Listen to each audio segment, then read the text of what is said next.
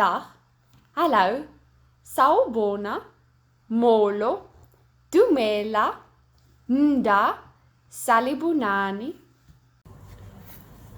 You guys did not get all of that, right? How did it make you feel? Oftentimes, students stop paying attention in the classroom if they don't understand what the teacher is saying. This happens often to students who are language diverse and are educated in their second or even third additional language. All languages are different, and it depends on the characteristics of the speaker, the hearer, and the context. Today we are going to discuss why immersion doesn't always work, what other approaches we can take to linguistic diversity, and how could it impact the world around us in the outside world. Language immersion is one of the popular methods to use for teaching learners a targeted language. In basic terms, the teacher teaches the targeted language the whole time and hopes the students will eventually catch up. For some students, it is effective. Oftentimes, students find it frustrating and difficult to constantly hear words they don't understand, according to a study performed on linguistic diverse students. When asked a test, students will fill in random answers simply to finish the test, rather to take the time to answer the questions carefully. But why do they do this though? Students struggle to focus on someone talking to them in a language they don't understand. It can also be due to the teacher's own low expectations of the students. According to an article written by sociologist Heather McPherson, teachers is lacking to believe in students to learn the target language that's a message that the students can read loud and clear.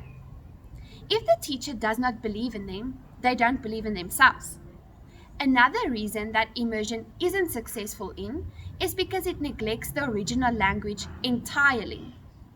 Can you imagine if the language you had heard your entire life has stopped being spoken around you in school and was instead replaced by one you hadn't really heard before? Immersion neglecting the primary language a child speaks also means that the child will have a hard time developing the primary language because they won't use it for at least 8 hours of the day anymore. Instead of spending all of this time on immersion, I have some other approaches to discuss instead. It is of critical importance that you are aware of the language diversity that enters your monolingual classroom. The first option we have is to improve bilingual education in alternating the language approach. Instruction is first given in the target language and then repeated in the student's original language. It creates a dynamic of word association, what the direct immersion intends to neglect. Another option is called the concurrent method, when the teacher chooses when to switch languages between the targeted language and the original language.